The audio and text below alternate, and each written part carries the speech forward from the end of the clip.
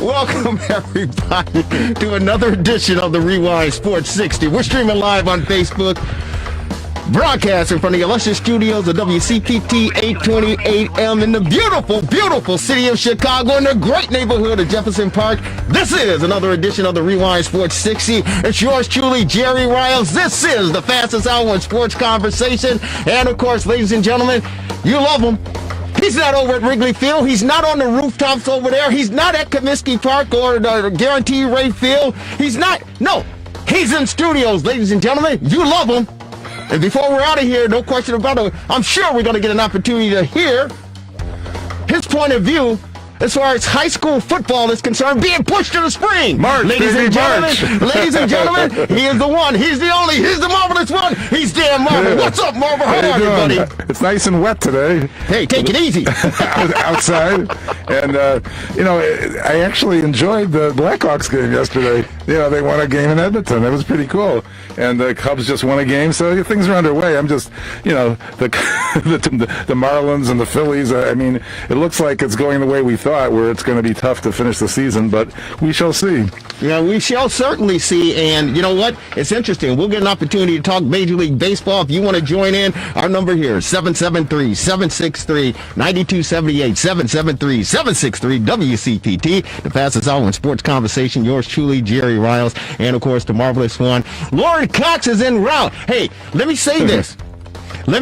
Lauren, drive safely. I know you're certainly listening to us as you're driving in from the downtown Chicagoland area, the beautiful city of Chicago. But, ladies and gentlemen, I want you to be safe. I want you to be careful out there. Of course, the marvelous one wants to make sure you guys all and girls stay in one piece. But, the Cubs were able to get the conclusion of the game there. There was a short rain delay over at the friendly confines, and they were finally able to get the game completed, and they come away with a victory. A sweep. They come away with a victory, so that was very good. But as I was driving in, Marvelous, and I'm sure you experienced it as well, the rains were coming down. Oh, yeah. Well, they had a rain delay of 1 hour and 2 minutes, I believe, and they were able to complete the game with the funky second base runner in the extra innings. Yeah, I'm still not used to or comfortable with that. Well, I know on the radio, Pat Hughes was struggling with how to do a scorebook. Well, I'm sure there are a lot of people who are struggling on how to, I guess do their scorecard because it's just different. Sure. There's no question about it. And for purists, baseball purists out there, you want things to remain, normal and want things to remain the same. But unfortunately, everything is affected by this pandemic, this COVID-19. But I do have to say this, man. The rain was coming down. Now, I went to church today. I'm a practicing Catholic, and I went over to St. Joseph the Worker. We stream on Facebook and YouTube. So if you're a Catholic and you miss Mass, you want to go to St. Joseph the Worker in Wheeling or the YouTube page or the Facebook page, you certainly can check out today's Mass. But went out to breakfast with the family and everything over at Granny's in there, over in Wheeling. And then, I went home and started preparing for the show and making calls and doing everything, getting ready for the show. So I'm sitting out on the deck, and I got the computer going. I got my phone. I got everything, placed and got my tea and everything. Sun was shining, and suddenly it started to sprinkle. So I take all of my belongings inside, and then lo and behold, the sun came back out. And I'm sitting out there enjoying everything. White Sox, congratulations to the White Sox with the sweep over the Kansas City Royals this weekend. Great performance by the boys. And I tell you, those bats are coming alive. They are hot, and they are coming alive. Yeah. But suddenly the clouds opened up, and the rain came down, man. It's just flood. Now, marvelous. Here's the disappointing thing. Here's the bad thing. When I'm driving home from breakfast at Granny's over there in Wheeling, I got the sunroof up because it's hot and the sun is on. Hey, it's Sunday, nice and easy, getting ready. I'm pumped up. I'm all good. Easy like Sunday morning. Easy like Sunday morning. Well, that was only for a short spell because the rain spell came in. I parked the car outside on the street. Normally I put it in the garage. I had it on the street there, Marvelous, with the sunroof open. The rain came down. I know the punchline. I know the punchline. And I forgot, silly me. I'm so, and I'm just enjoying the beautiful weather. And of course, the rain came down. So I'm panicking, getting on my computer and everything in the house. I forget that the sunroof is open. So I get ready to leave. I go, oh my God, it's coming down in buckets. I go, oh my God, my sunroof is open. My daughter goes, I love her to death. My daughter's sitting there. She goes, oh yeah, I saw the sunroof open. I go, what? I go, are you kidding me? I go, I love you, Teresa. You're the best. I love you. I go, but when you see something, you got to say something. She goes, well, I went to sleep. Hey, you probably need an interior car wash anyway. Well, thank goodness I got the leather interior and I got the cloth and everything, so I wiped everything down and it was all good. But she went to sleep. I go, hey, Teresa, come on now. If it's your car, I guarantee you would have ran. She said, well, hey, it's not a big deal to me. But yeah, so we made it in. We're all good. Talk about we made it in and we're all good.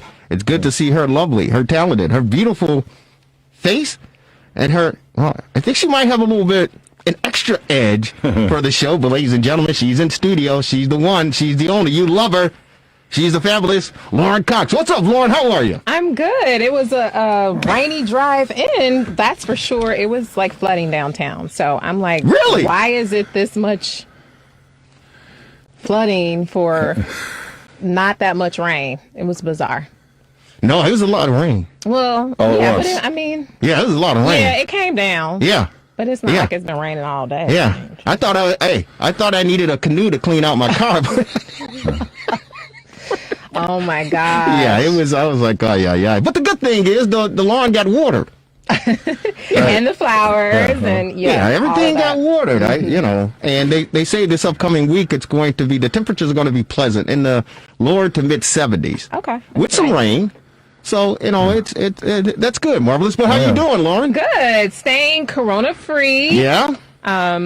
Happy that sports are back, and it's just so much going on with sports. Yeah, certainly a lot just going on. It's about time. It is about time because it's just comfortable and it's really, really cool just to sit back and watch a Cub game, watch a Sox game, watch the NBA games unfold. Yeah. Even a little bit of the WNBA, but it's just. Why are you always so shady towards the WNBA? Why do you do that? I'm not a big fan. Just don't even say that. Why? We don't even want to hear you say that you're not a big fan. Like, no. Wait a minute. We're getting behind the Lauren, WNBA. you know our motto: real sports, real talk, just plain real. And we're being real here. Those girls can play. Did you see one of the players got into it with Andre Iguodala? Did you see that? I did not see that. Yeah. Paint a picture for us, Lauren Cox. Basically, he said 23 was nice as opposed to her name.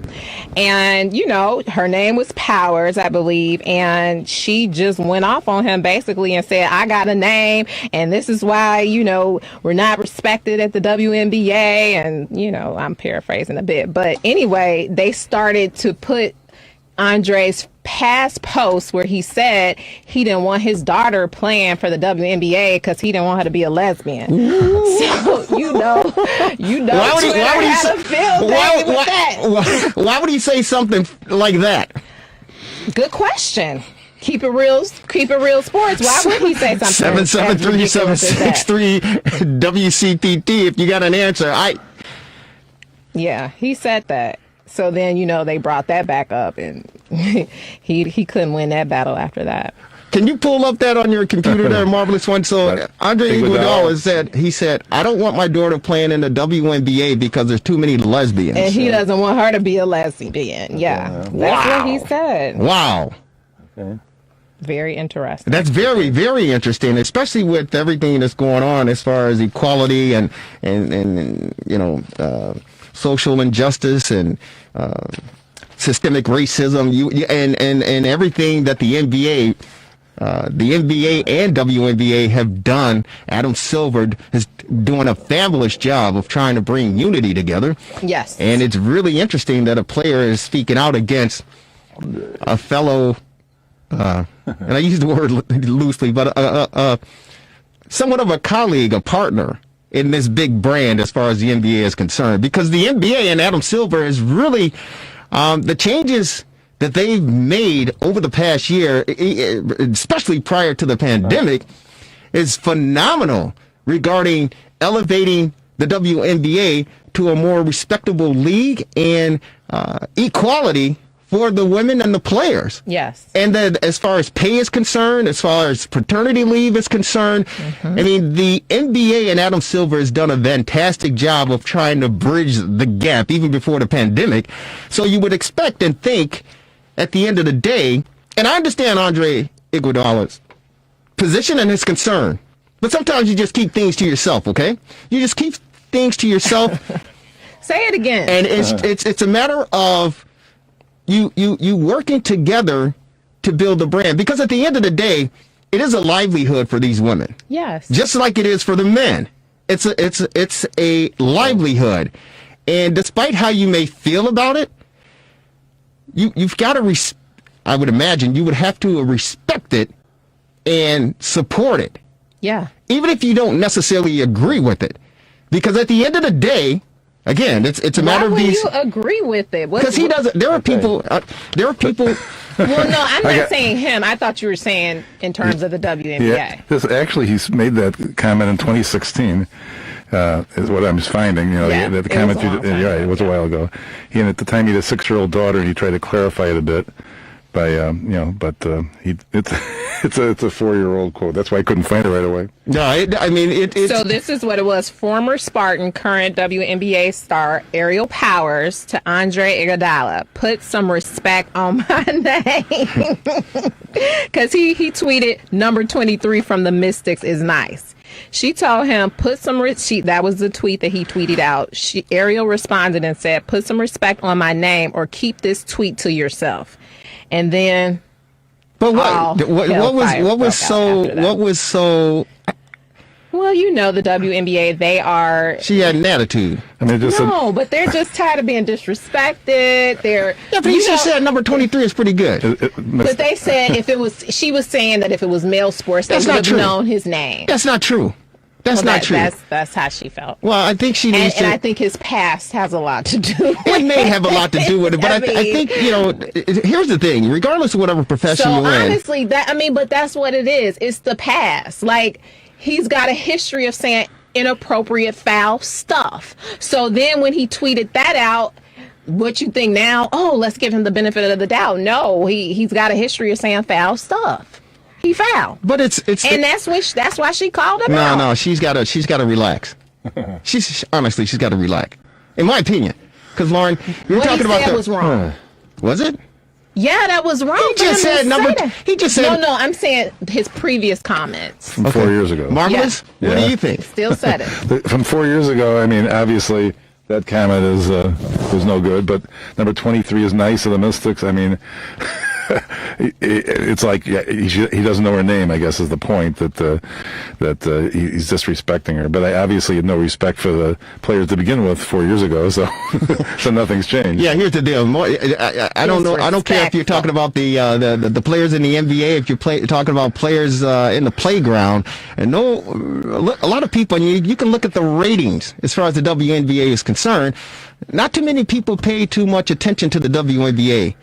4 years ago, 10 years ago, 15 years ago, 20 years ago, not many people paid much attention to the WNBA because the word on the street really is the fact that a lot of people don't want to, after you're watching the most elite athletes in the world playing above the rim, when you talk about the NBA, most people on the street, when you ask them, don't want to see a bunch of women running around playing below the rim. Mm-hmm. That's the perspective, and that's the truth on the streets. And you know this. But this. Nobody wants to see a woman running up and down this court. Do your daughters play basketball? No, they did not. Okay, mine did. So I have a little different perspective, I guess, because I thought, you don't see, the post play and everything else that you see in the men's game, but yeah. I got to enjoy it, obviously, following my daughter, so I have a little bit more appreciation, maybe. Listen, I love women's sports. I at one time said my daughters were in gymnastics, right? Since they were little girls, 6 years old. They love it. I knew about gymnastics, but not as much as I knew about, the main sports. Basketball, football, whatever. But I learned to love the sport because they were involved. basketball, I respect women in anything they do. I say, hey, listen, I wish that if I come back in my second life, that I could be a 12-year-old girl, the gymnast. Because the things that they do, it's phenomenal. It's unbelievable. And somebody said, Jerry, why would you want to come back to be a 12-year-old boy? I go, because women gymnasts, and to me, it's speechless what they're capable of doing. And Simone Biles, God bless her. Yeah. Oh my God! And you would have seen all that. She's an alien. And you would have seen all that in Tokyo under other circumstances. Simone Biles she's an alien. Yeah. I can't even comprehend how she's able to do what she's capable of doing in such a controlled manner. It's listen, I love Michael Jordan. Everyone knows that. Simone Biles, in my opinion, as an athlete, she's got him beat. I said she's got him beat. She is unbelievable. So I said, hey, you know what? If I come back in my second life, I want to be a 12-year-old girl and be able to not a 12-year-old girl, a 12-year-old female gymnast. Yeah, but then you'll have to go through the teen years. No, marvelous. I just want to be a gymnast. I want to be a 12-year-old female gymnast because the things that the women do, and no offense to the male gymnasts, they're phenomenal in what they do as well. The pommel horse and the rings. I mean, my arms are big as they are, without doing that. Just imagine, Laura, just imagine if I was really doing it. Oh my God. But women, female gymnasts, they're unbelievable athletes.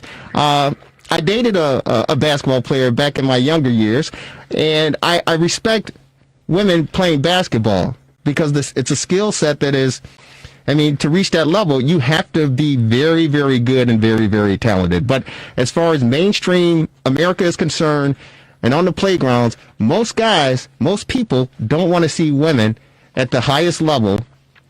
They don't want to watch them play basketball because most guys say, hey, I can do half the things that they're doing, which isn't true, but that's the perception. No, that's ridiculous.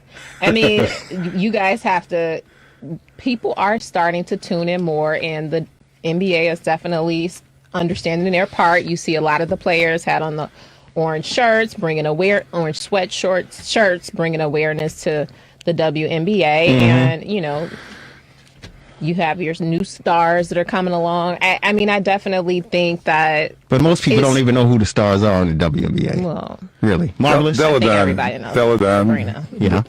Is well known. I think that's one. And she's out. Sabrina's out for. Griner is known too. I think, among others. But that's the point.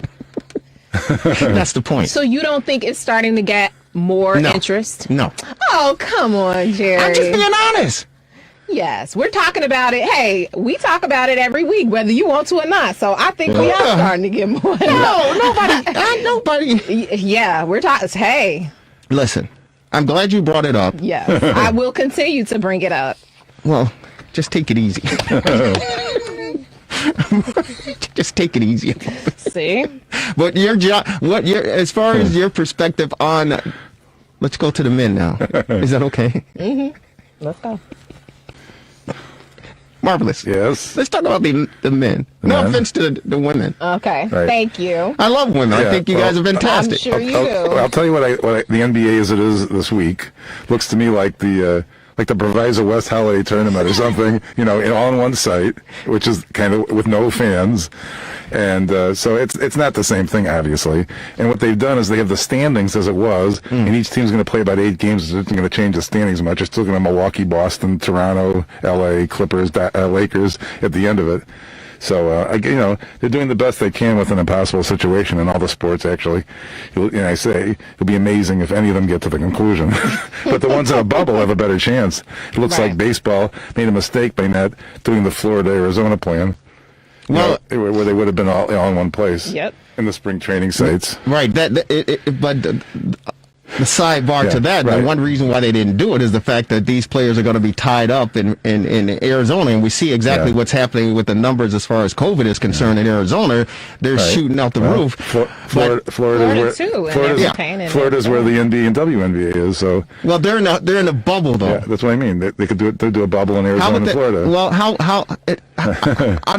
I I don't know how they, and that's not the problem. The bubble is really not the problem. It's what these players, and it's suspect in the first place as far as baseball is concerned, because, you go home, and who knows whoever you come in contact with, whether it's your wife, your girlfriend. They're blaming on the Marlins. Right. They're like, the Marlins are destroying the whole season. That's the thing. In Arizona, actually, the spring training sites, if they went to their own sites, they're all in Phoenix, Scottsdale, whatever. It's all pretty close. So that would have worked. Florida would have been a bigger problem because the Florida spring training sites are more spread out. Right. All the way from the East Coast, Miami, the West Coast, Tampa.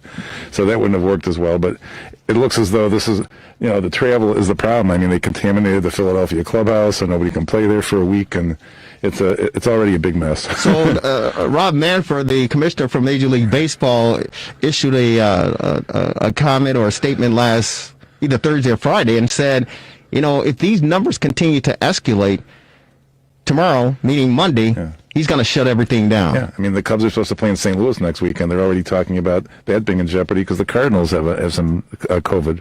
And I think that everyone should have listened to Buster Olney, right? He said, hey, listen, it has a 5% chance of starting, 0% chance of concluding. And it seems like he's accurate because a week, what is it, a week and a half, 2 weeks now? Yeah, barely. A week ago Friday. Thursday. A little over a week. Yeah, and so it's getting out of hand. And the unfortunate thing about this is the fact that you're asking 20-something-year-old, well-paid athletes to abide by rules. What's the one that didn't show up today? Well, I mean, Kane is Milwaukee's quit. Cespedes.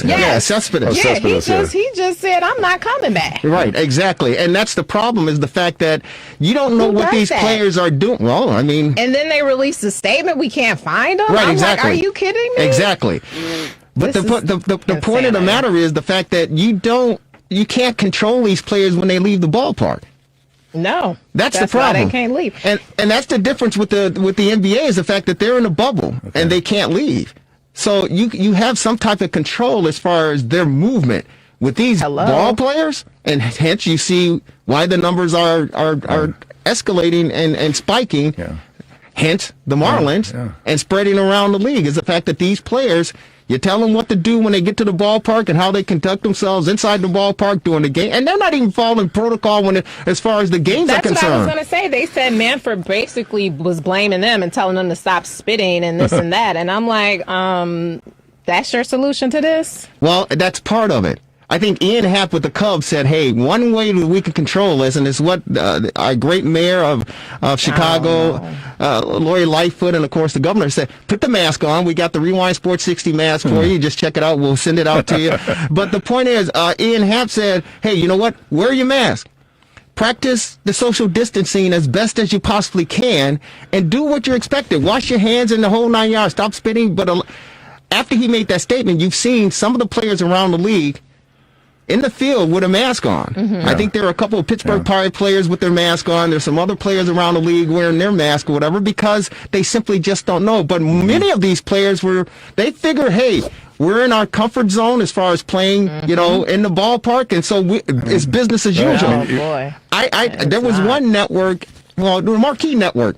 They showed Anthony Rizzo when he came back. They showed a close up of him, and they showed him spitting. Yeah. And I pointed to the television. I'm like, he's not supposed to be doing that. I mean, at home plate, you got the catcher, the umpire, and the batter, for example. That's really close contact, I'd say. And then the players at the bases and whatnot. But there was one time that I think the bubble didn't work, and that was for Lou Williams, but we won't get Yep, we got a report. The stripper Aries said she did get a dance. She gave a dance. He got a dance? Yep. Lou Williams in the house. He got a lap dance. He's an excellent tipper, too. Ridiculous. Really ridiculous. We don't condone that type of behavior here in the Rewind Sports 60. But, hey, look, I told you this. And Stephen A. Smith said the same thing. There's no way. And I love my brothers. But in the NBA, them cats, they're not staying. No, it's not happening. So good. Hey, Lauren, it's two things they're going to be doing. One way, somehow, they're going to be smoking the weed. They're going to do it. And they're going to find them a little extracurricular activity. Okay. Some way, somehow, they're going to do it. You can't expect them to be locked up for 2-3 months and say, hey, funny. you can't have no women and you can't smoke. You can't smoke that stuff. 2 months almost. Yeah. It's not 3. Listen, well, if they go to the championship. A few people. Hey, Lauren. A few people. Lauren.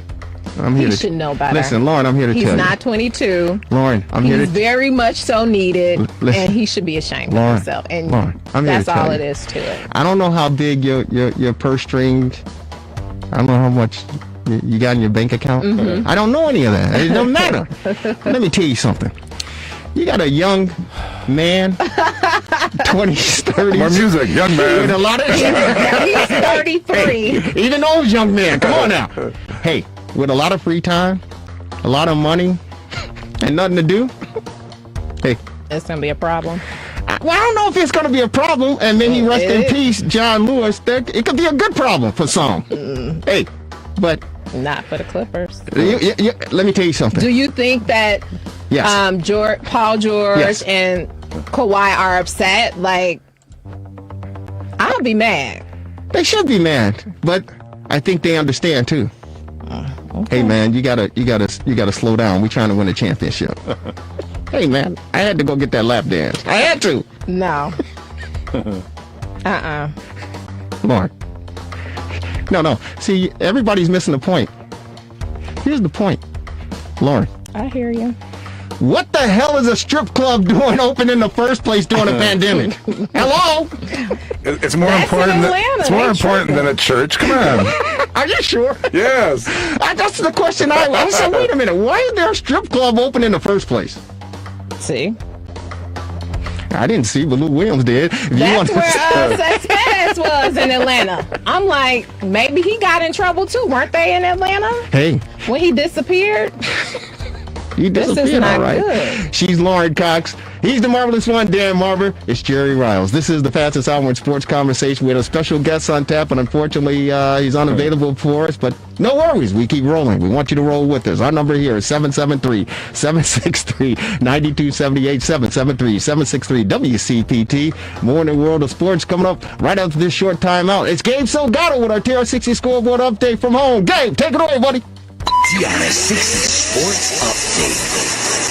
Is sponsored by the Monster Education Foundation. The White Sox complete the weekend sweep of the Kansas City Royals today by the score of 9-2. And not only did rookie Nick Madrigal get his first major league hit in Kansas City, he went 4 for 5 with an RBI and 2 runs scored as the Southsiders improved to 5-4 on the season. A walk-off RBI single by Javier Baez in the 11th inning gives the Cubs a 2-1 lead over the Pittsburgh Pirates to complete their weekend sweep at Wrigley Field today. Chris Bryant was not in the lineup as he was pulled from last night's start due to a stomach illness, but thankfully his COVID-19 test came back negative this morning. The NBA's restart continued today with Boston prevailing over Portland 128-124 this afternoon. Orlando and Sacramento are getting underway, and Houston plays Milwaukee tonight. As the Blackhawks poured on the offense in their Game 1 playoff win over Edmonton on Saturday, rookie forward Dominik Kubalik set a new NHL record. He became the first player ever to record 5 points in his first career playoff game. Here's what Kubalik had to say about his milestone. Honestly, I felt really good. Everything went my way, so it's nice, but just the first game, so we gotta keep going. Kubalik is a finalist for the Calder Trophy, and the puck will drop for Game 2 against the Oilers on Monday night.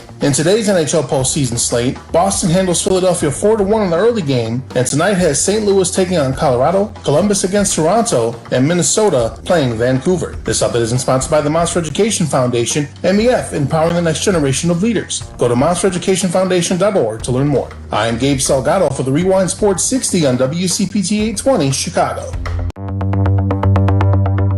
You're watching the Rewind Sports 60. Go Bucks! Woo! It's the end of the quarter. Time for a break in the action. The hottest sports panel in Chicago will get back to the fast-paced action, streaming live on Facebook Live. We're back at it after this quick timeout. So don't you dare touch that iPhone, Android, iPad, Mac, or PC. Lock it in.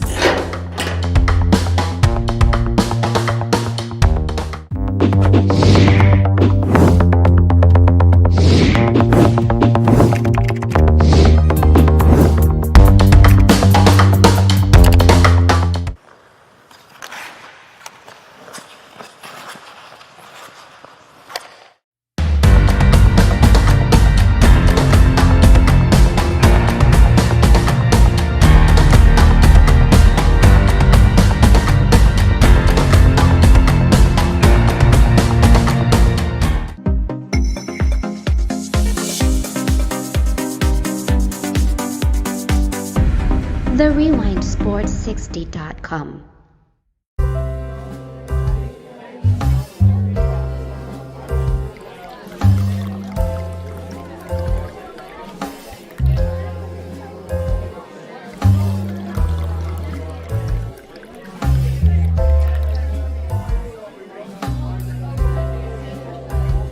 TheRewindSports60.com.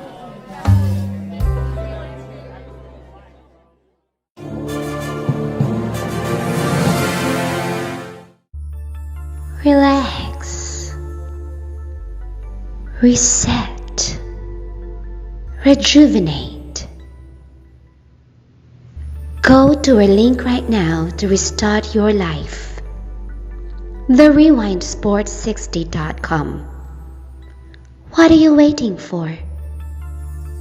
Hope to see you soon. The Rewind Sports 60.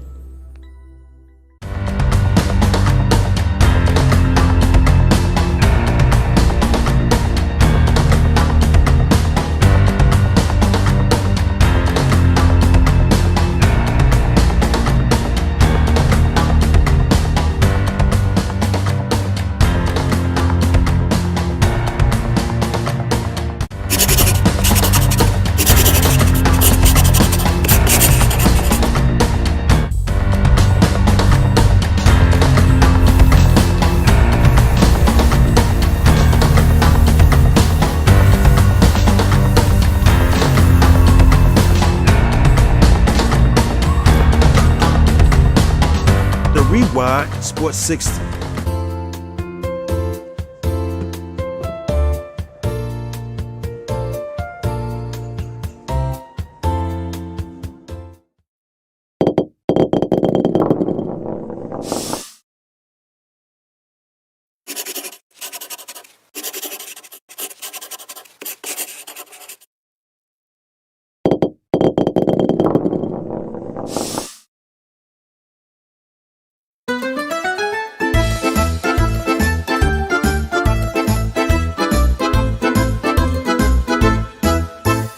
If it's Chicago sports you want, you're in the right place. Hello, Chicago! The Rewind Sports 60.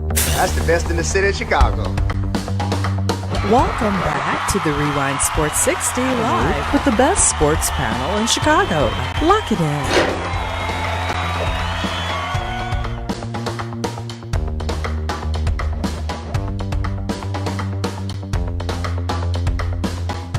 Please welcome Matt Dumbo.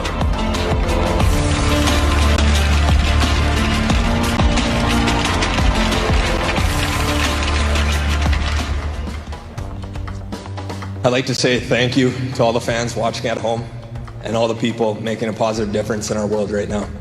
We appreciate you. I know none of us need to be reminded about how our day-to-day lives have been affected by the outbreak of COVID-19. So I hope the Stanley Cup playoffs can bring a little normality and peace of mind during all these times of uncertainty. I'll transition topics to a topic that is very important to me, my fellow members of the Hockey Diversity Alliance, and the NHL. During this pandemic, something unexpected but long overdue occurred. The world woke up to the existence of systematic racism and how deeply rooted it is within our society.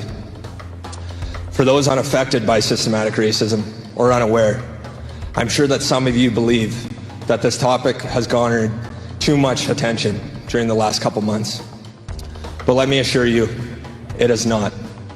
Racism is a man-made creation, and all it does is deteriorate from our collective prosperity. Racism is everywhere. Racism is everywhere. And we need to fight against it.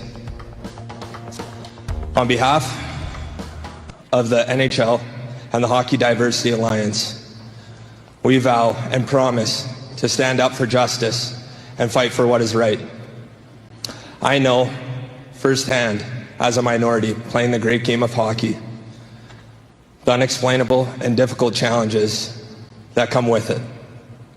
The Hockey Diversity Alliance and the NHL want kids to feel safe, comfortable, and free-minded every time they enter an arena.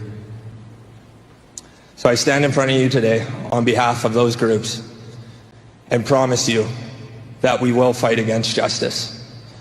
We will fight against injustice and fight for what is right. I hope this inspires a new generation of hockey players and hockey fans, because Black Lives Matter. Breonna Taylor's life matters.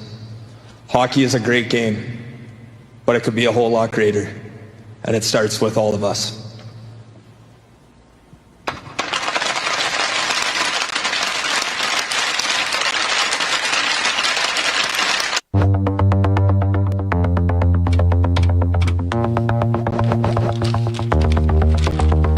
Wow. Wow, Lauren. That was Minnesota's Matt Dumba on Saturday. He became the first NHL player to kneel to the U.S. national anthem when he did so before the opening playoff game between the Oilers and the Blackhawks in Edmonton, Alberta. Dumba knelt at center ice while fellow Black players Malcolm Subban of Chicago and Darnell Nurse of Edmonton each stood with a hand on one of his shoulders. Several teams this week stood together during the U.S. and Canadian anthems, with some players locking arms to show solidarity. With the message "End Racism" on the video screens around him, the Wild defenseman made a passionate speech about racial injustice on behalf of the league and the Hockey Diversity Alliance. Welcome back to the Rewind Sports 60. Yours truly, Jerry Riles, along with the marvelous one, Dan Marver, and the lovely, talented, outstanding Lauren Cox. I got to get your reaction, Lauren. And, of course, marvelous, but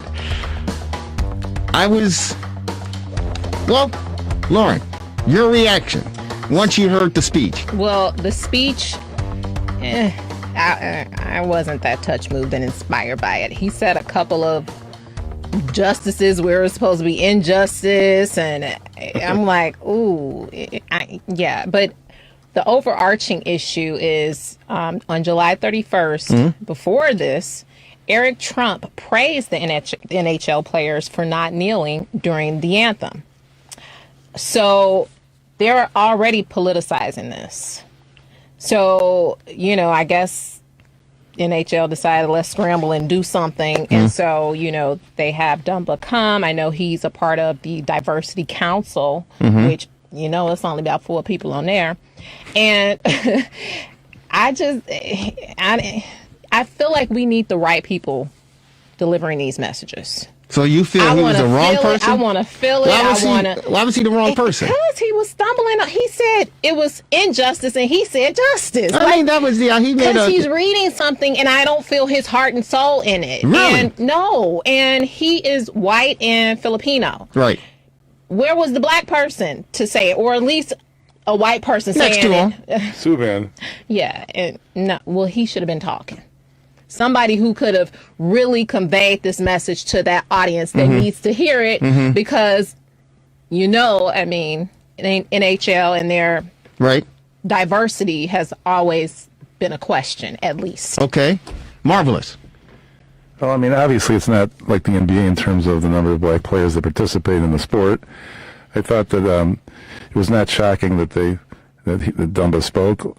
I thought that his remarks were okay, and and whatnot, and he's certainly, again, First Amendment right to do whatever you want. But I think the NHL felt that was the appropriate thing to do under all the circumstances. Fight against injustice, okay. Recognize injustice, racism. I've always said.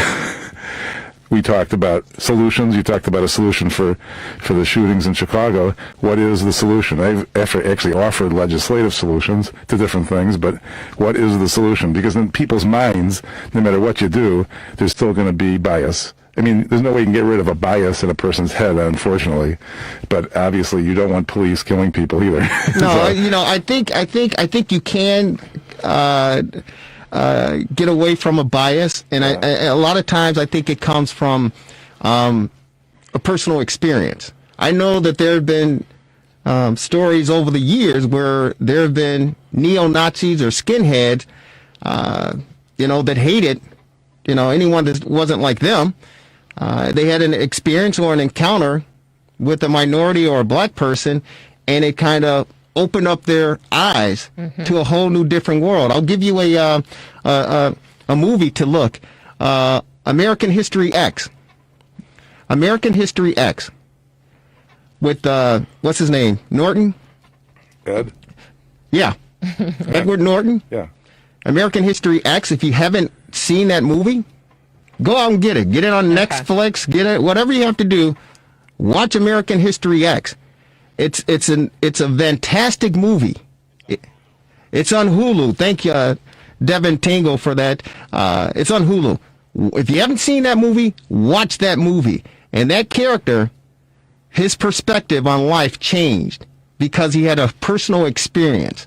He went from one end of the spectrum as far as hate to the other end of the spectrum as far as caring and loving his fellow man. Absolutely. But because he had a personal experience, which changed his bias completely. But go out and get American History X. Oh my God, what a movie. It's a fantastic movie. I think, Lauren, I agree with you that, you want something to be from the heart.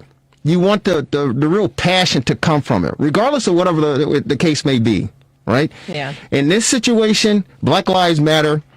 You want someone who's going to express it. Black Lives Matter. Well, I have to disagree with Dan because Yeah. I think a conversation can change people's mindsets. I've seen it happen. Oh, yeah. So that's why I really feel that they need to have the right people conveying this message, because they had an audience.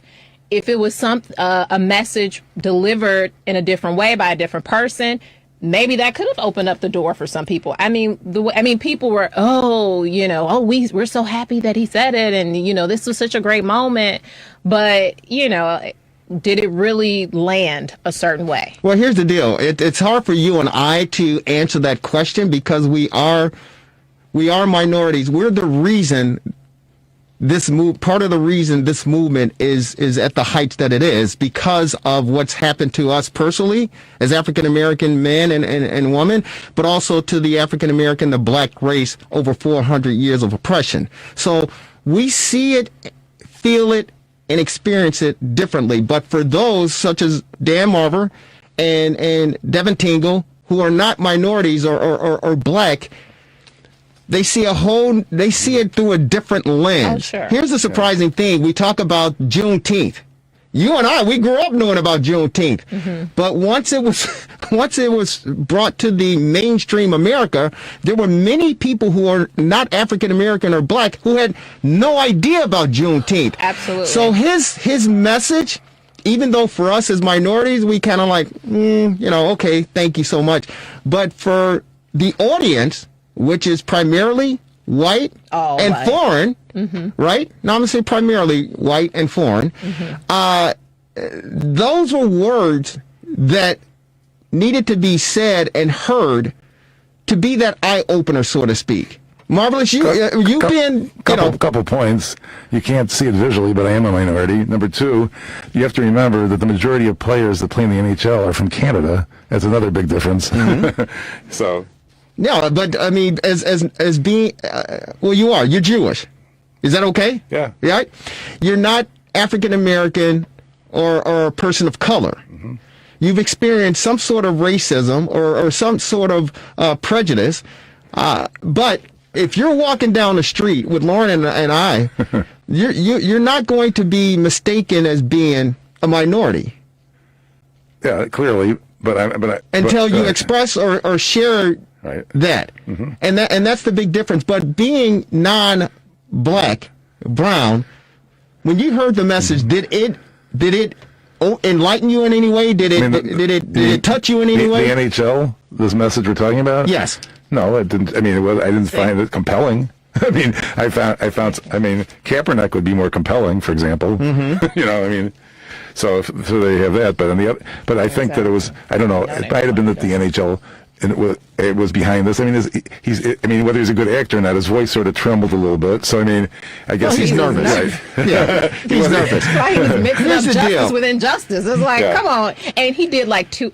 It wasn't that, I'm not nitpicking, but I'm saying you could tell he was reading a statement versus a black person has really experienced that, which probably was Malcolm Subane right next to him, you know? Right. So that kind of threw me off. I've been told that there are, however, some physical features that do identify Jewish people. Yeah, there certainly are. We understand that. But here's the deal. I think that because of the audience, again, Lauren, and because of the league, this is something that's unprecedented for, a minority to speak out.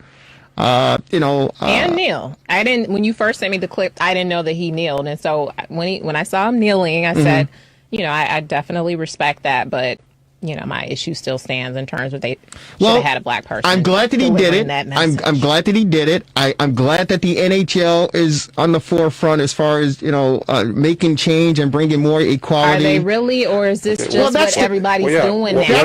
What kind of change? That's the great question. That's the great question. Why they throw him up there with that speech that they gave him? It's like.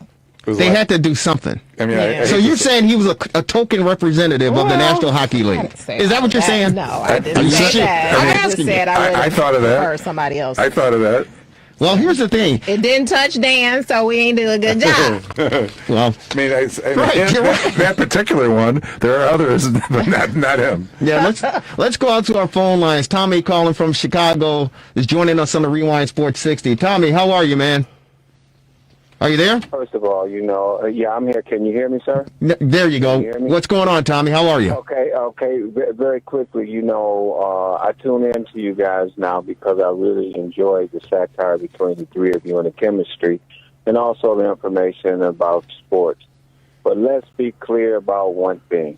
There are certain conversations that we should not even embark on or get into because it's a broken record.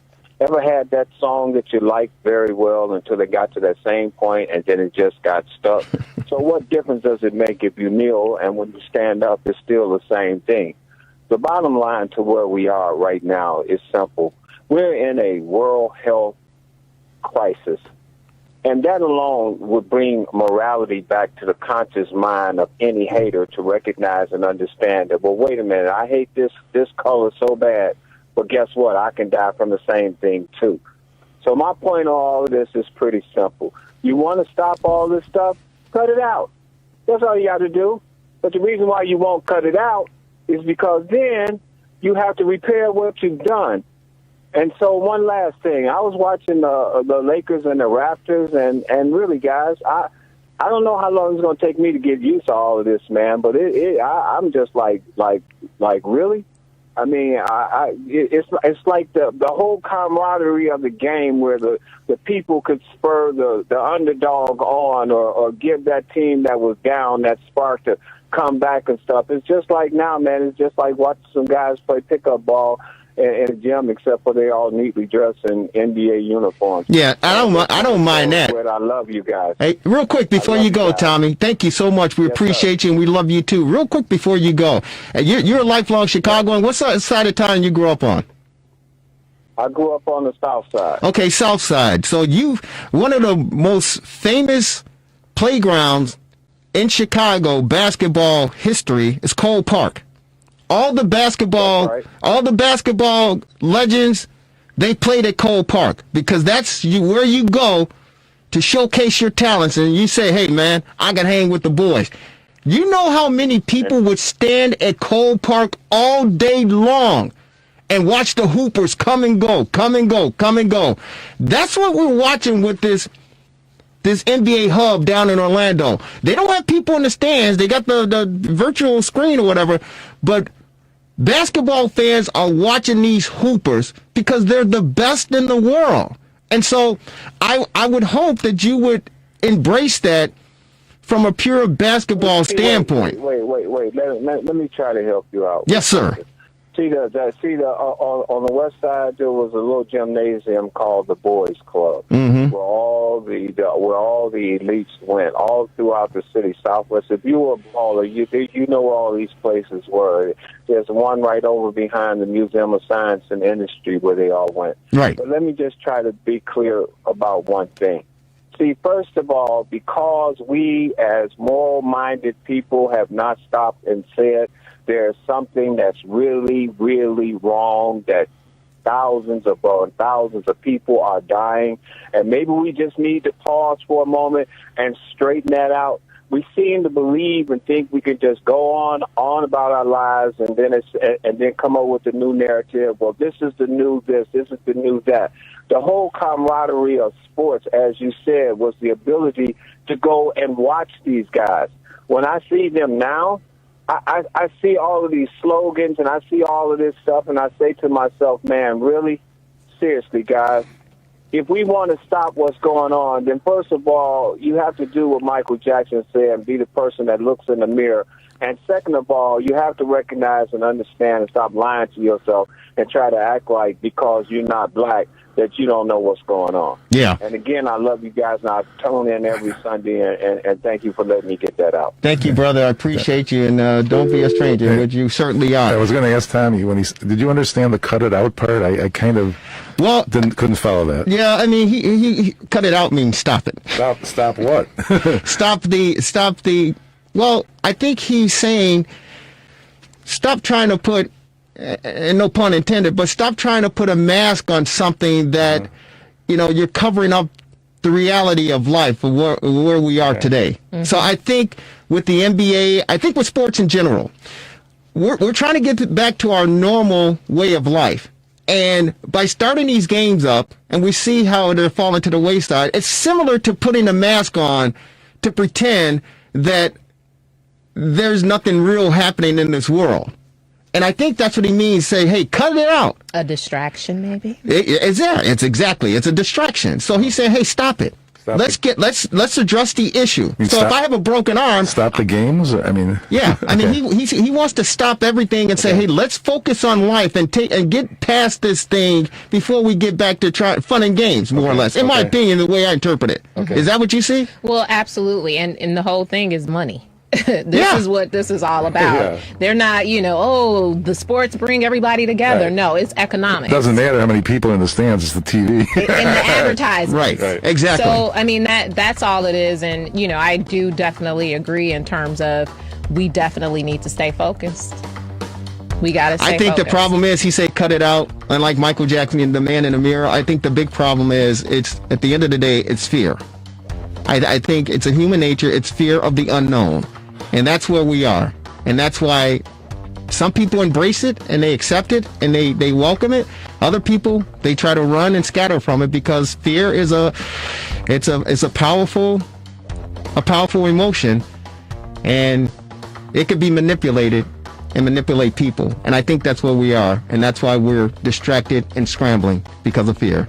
Lauren, we didn't get to the 3 keys. Yes. You got it real quick? Well, I mean, we talked about basically most of it, the NFL.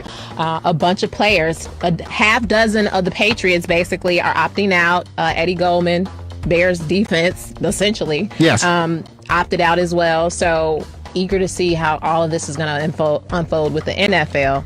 But we see what's happening with the NBA. We'll get it more next week. My apologies. Marvelous. Yeah, I just wanted to remind everybody, don't go to high school football games in 4 weeks. They're not going to play till March. Yeah, they'll be in March. Thanks to Devin Tingle, our producer, outstanding producer. Thanks to both of you, and thanks to our callers. This is the fastest hour in sports conversation. It is the Rewind Sports 60. Gabe Salgado, TR60 scoreboard update. Take it away, buddy. TR60 Sports Update. It's been a newsworthy week for the Bears as they prepare to head into their second week of this year's modified training camp. Earlier this week, nose tackle Eddie Goldman chose to opt out of this season due to concerns over the coronavirus pandemic. And since then, 3 players in the form of defensive lineman John Jenkins, running back Artavius Pierce, and tight end Eric Saubert have been placed on the league's COVID-19 test because they either tested positive or they are quarantining due to potential exposure to the virus. This update is sponsored by the Monster Education Foundation. I am Gabe Salgado, and this is the Rewind Sports 60 on WCPT 820 Chicago.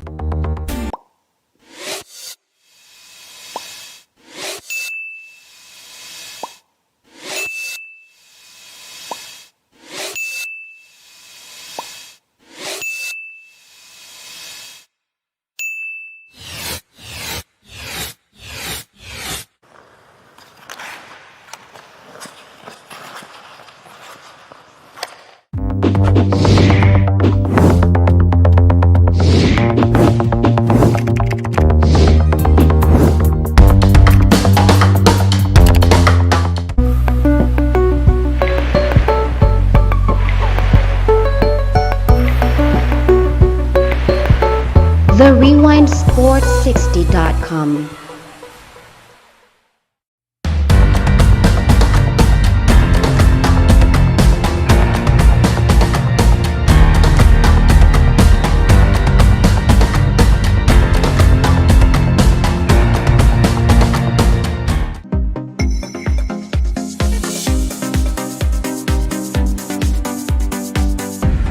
TheRewindSports60.com.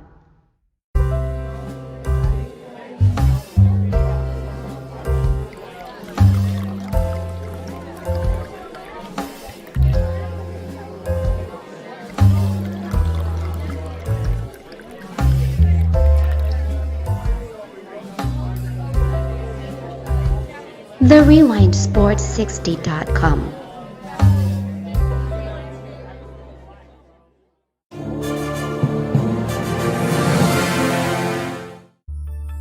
Relax,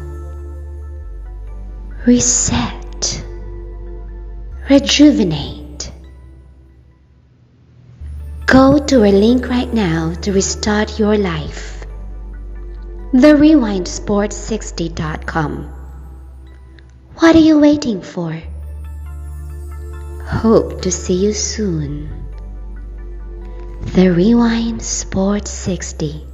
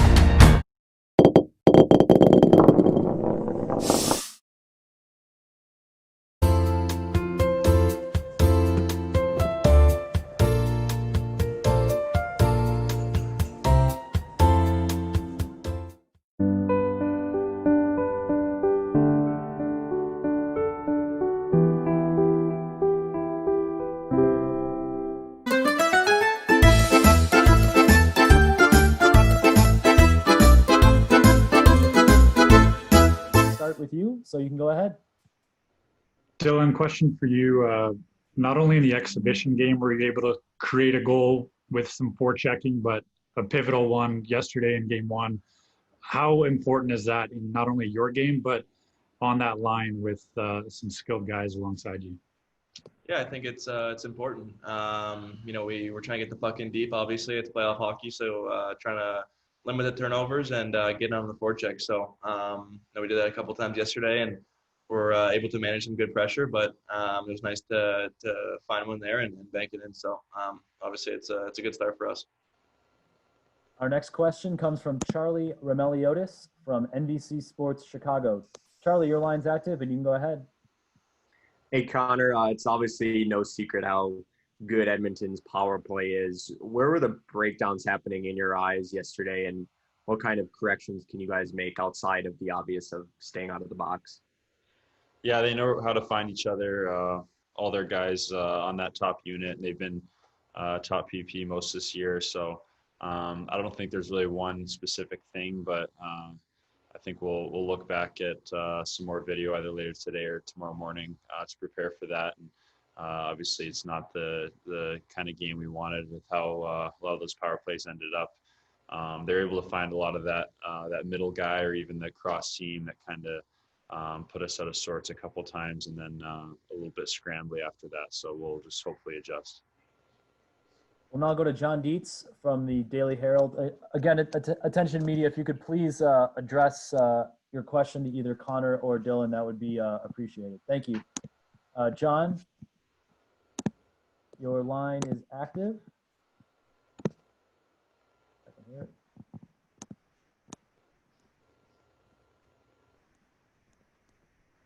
We'll come back to John in a second here. We'll go to Phil Thompson from the Chicago Tribune. Phil, your line's active, and you can go ahead. This is for Dylan.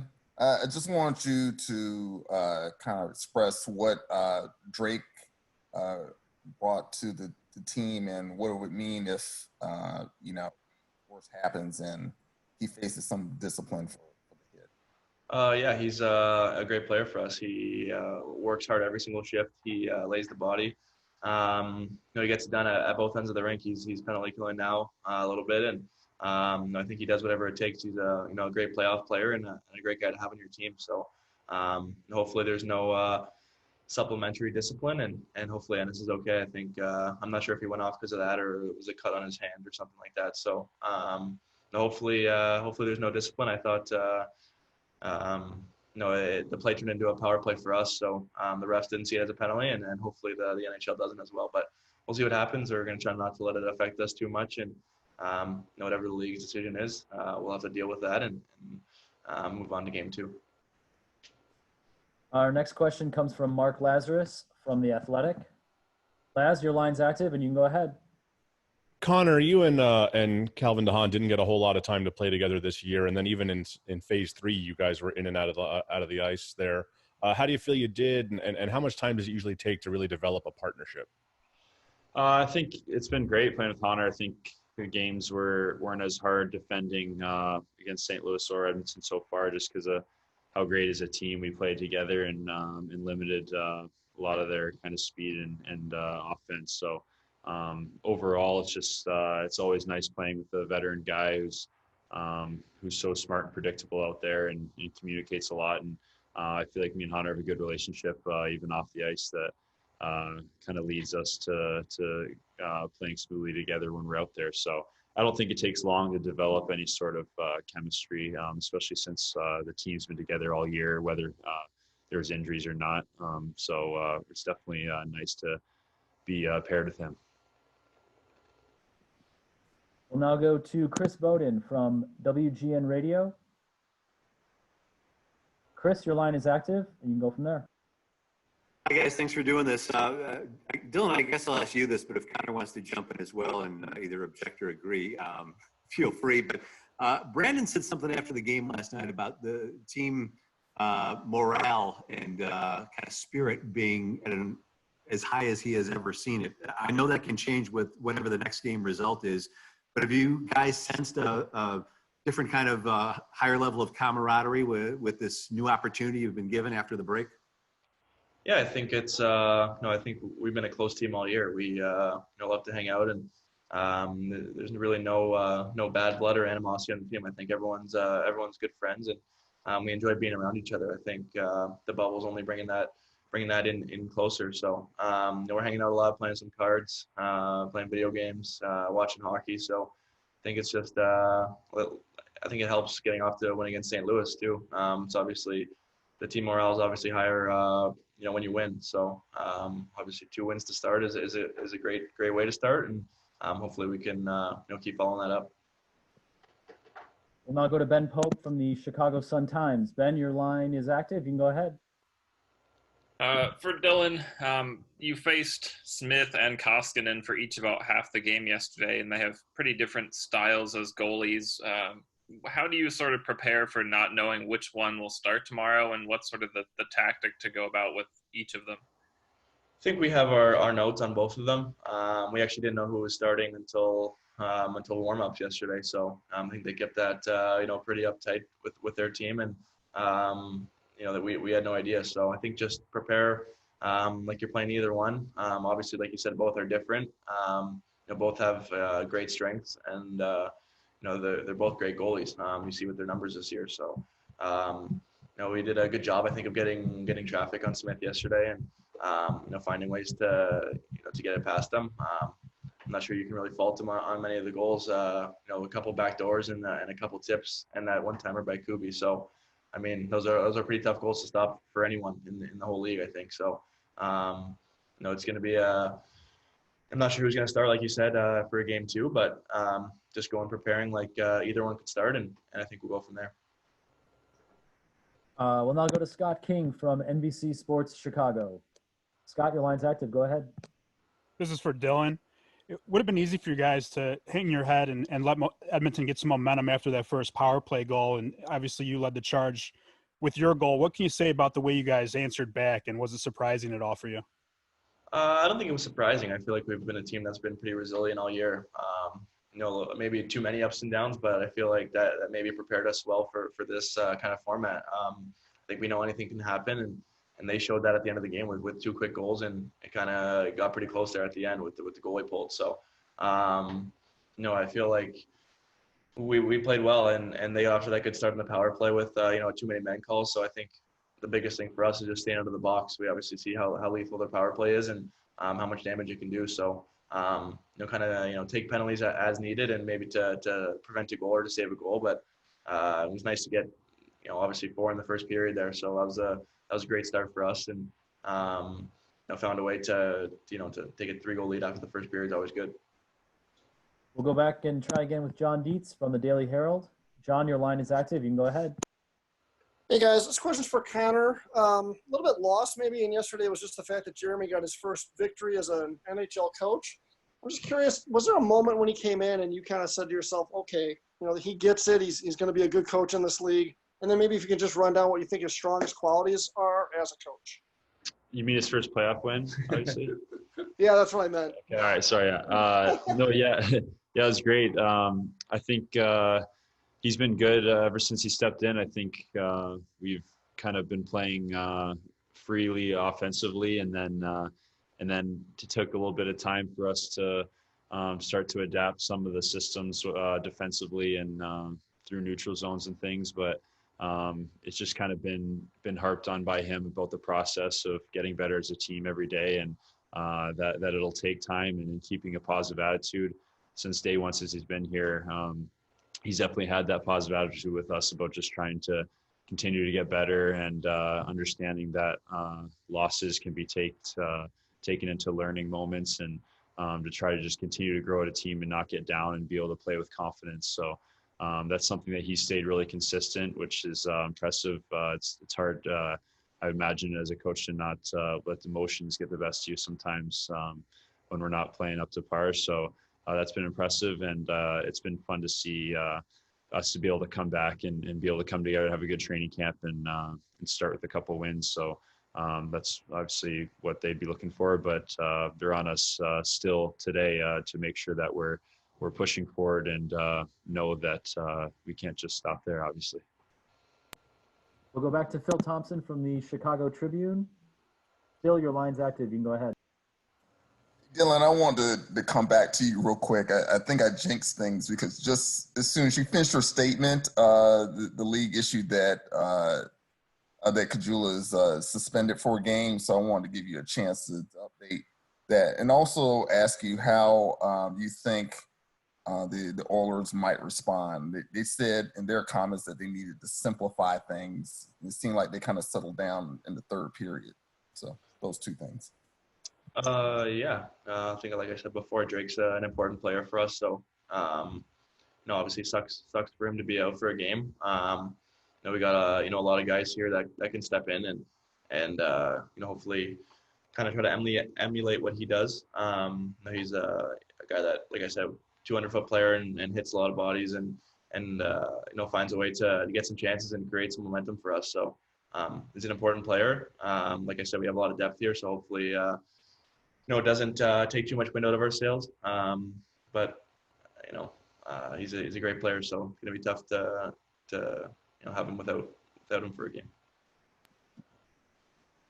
Connor, Dylan, thank you very much for your time this afternoon. We appreciate it, and we will talk to you soon. Media, if you could hold the line, we will get to you as soon as possible. Our first question today will come from Charlie Remeliotis from NBC Sports Chicago. Charlie, your line's active, and you can go ahead. Hey, Jeremy, we just saw the news drop that Drake won't be available tomorrow. Just what your thoughts on the hit and who potentially could step in and replace him on the third line? Yeah, I think feel bad for Jules. He's of course been he's excited about this series, playing his old team. It was kind of a bang play. He went hard and I don't think he definitely wasn't trying to catch him in the head, but he did. And so the NHL made the decision, and we'll, of course, we wish we had Jules in lineup, but we won't, and we got to find a way to someone's going to go in and make a difference. I don't know who it's going to be yet. We haven't decided. I think it's also kind of established the standard for what how they're going to deal with those types of hits. As the series goes on and as the other series goes on, I'm sure it's going to get a little more physical. So now we know. Our next question is from Ben Pope from the Chicago Sun-Times. Ben, your line is active. You can go ahead. When you get a chance to sort of reflect on the game yesterday and maybe watch back a little bit of video, what were your takeaways and what maybe adjustments might you make heading into game 2? Well, I think we did a good job of getting the puck in, skating the puck in, establishing zone time and holding it down there. And we were able to break through and get some chances during those situations, but that also helps us defensively. So 5-on-5, I think we did a pretty good job. They broke through on the power play, so they got some really good players and they've been dangerous all year. So we'll continue to work on that and make it a focus. A lot of it was just loose pucks around the net. Didn't get it clear a couple times, and typically those end up in the back of your net. So we know we want to stay out of the box as much as we can and play a 5-on-5 or a game on the power play, and that'll be a focus for us. We'll now go to John Dietz from the Daily Herald. John, your line's active. You can go ahead. Hey, Jeremy, this doesn't quite pertain too much to yesterday, but I was talking to Taves in January, and he says that, you're a statistically driven coach at times, but he was impressed with how over time you kind of went with your instincts and coached the game as you saw it unfolding. Do you feel like you've gotten better at that in the NHL? And is it just you're just more willing to trust your gut, or you've just gotten to know the league better? Just kind of wondering about that. I don't think my approach has changed. I think we've been better as a team. And that's something it's a process. We're have an idea of how we want to play. And, our guys, I think, have really embraced sort of what we feel is our recipe to win. And it's fun we want to compete. We want to play big games like we are now. And thought they had a really good performance yesterday. But that, it's just, we got to keep building. So as a staff, there's more and more data that we are presented with, and it's our job to sort through it. But ultimately, you gotta go with what you see on the ice, and we'll keep doing that. Our next question is from Phil Thompson from the Chicago Tribune. Phil, your line's active. You can go ahead. Thanks.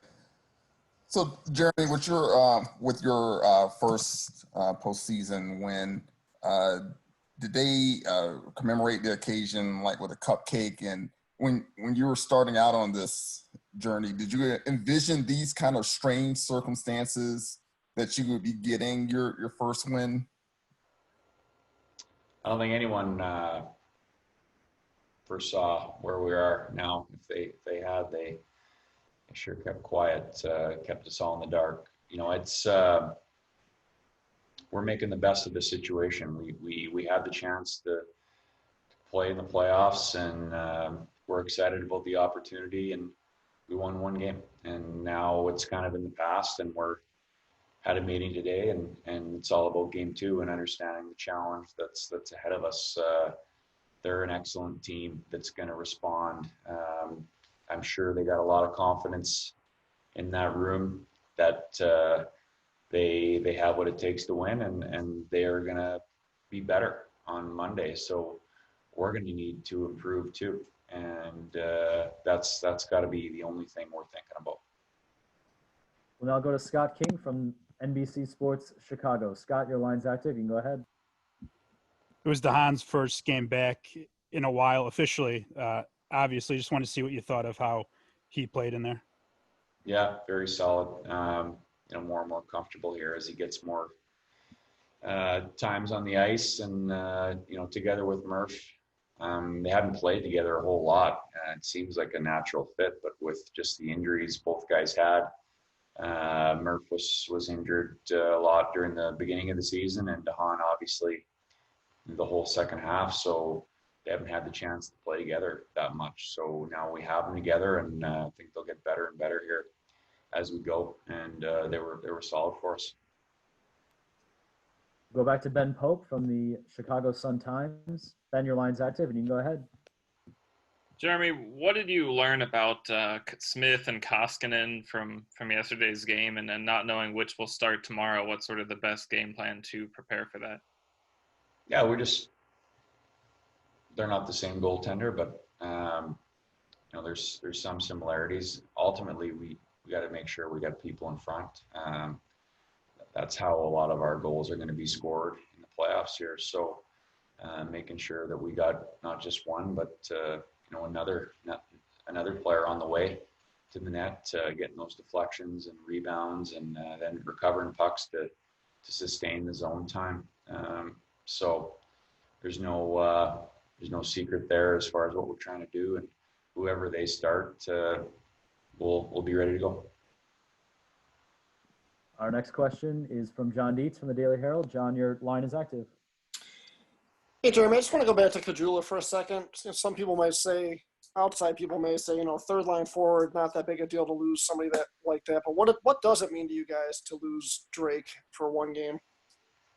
Yeah, well, he provides an element that we don't have a lot of, just physical and gritty player. Likes to go to the net, likes to get in those 50-50 situations, and he can kind of do different things. He's killed penalties for us. He's played up and down the lineup. So he's a big part of our team. We'll get him back, but for tomorrow, that's an opportunity for someone else, and that's what playoffs are all about. You find a way to get wins with what you have. We'll go back to Phil Thompson from the Chicago Tribune.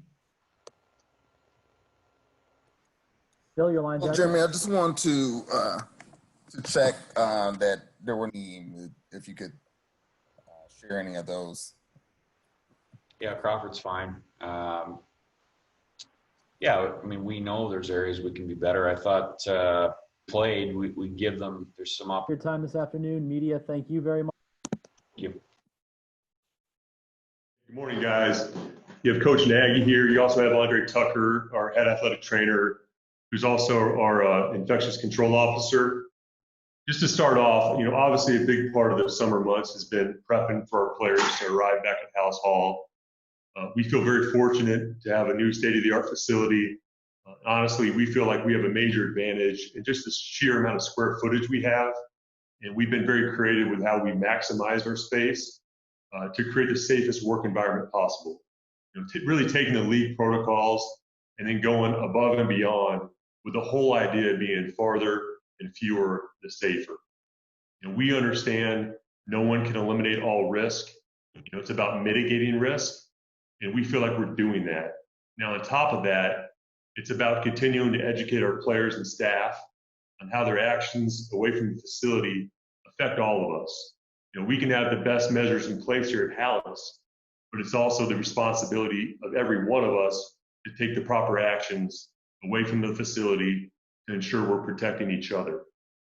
Obviously, it's not going to feel normal because it isn't normal, but I am proud of how we've adapted to this point, and we'll continue to adapt and adjust as needed throughout the season with the health and safety of our players and staff top of mind. Guys, the amount of effort that has gone into this has been tremendous.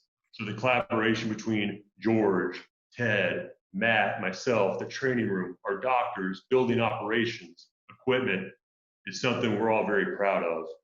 I'd like to specifically mention Andre Tucker, who we have here on this call, and also Liz Geist, our HR director, just for the passion and energy they continue to put towards this. Look, we know the challenges we have in front of us. It's our responsibility to do everything we can to minimize risk and take the necessary steps when positive cases occur. With that, I'd like to pass it over to Andre. He's going to touch on everything we have in place.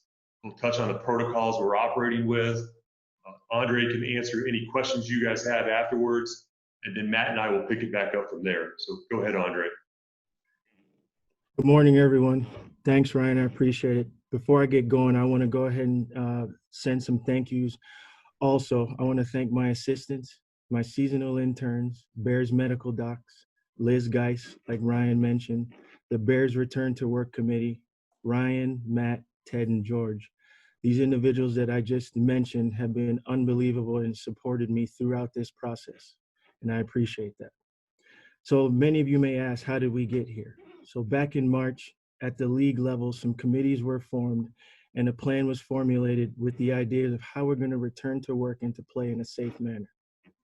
Within those committees, the ICO, Infection Control Officer, was created. As Ryan mentioned, I am the ICO for the Bears. Some of you may ask, what is the responsibilities of the ICO?